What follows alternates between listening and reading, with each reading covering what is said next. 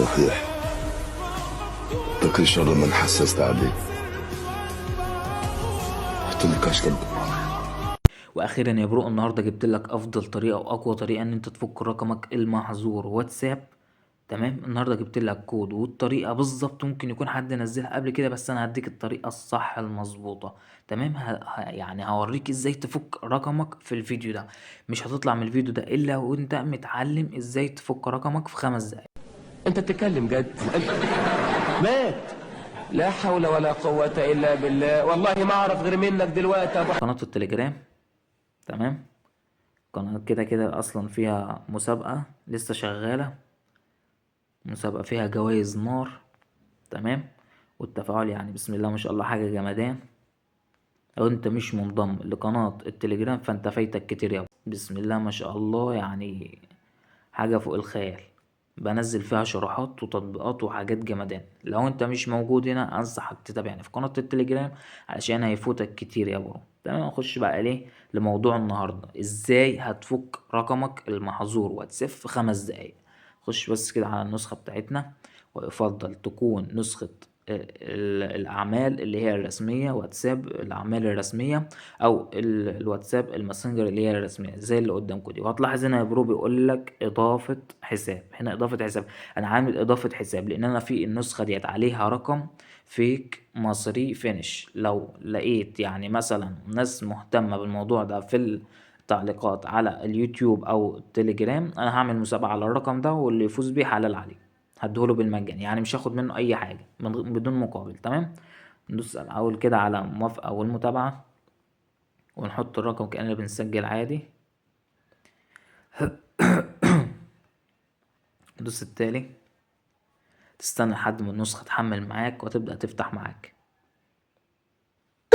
انظر من أتى هنا.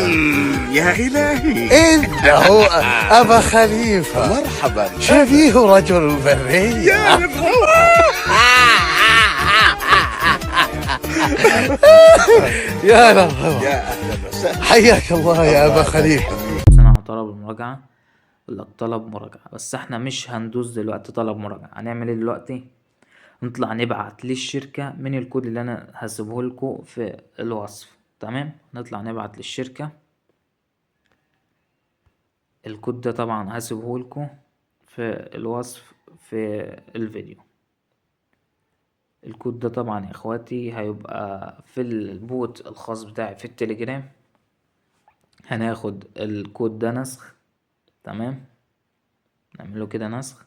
تبدأ ان انت تخش هنا على الجيميلات اللي انا سايبها لك هنا بتاعت الشركة. هتقدر يعني لو انت تقدر انت تبعت للشركة من الكود دوت بالكود دوت من الجيميلات ديت حتى لو 100 مرة ابعت. انا مش هقولك ما تبعتش، لا ابعت. لو هتعرف تبعت 500 مرة ابعت، ما عنديش مانع. تمام، حتى لو ردت عليك تجاهل الرد دي تماما، واستنى لحد ما انا هقولك هنعمل ايه. تعالى كده نبعت للشركة او الكود.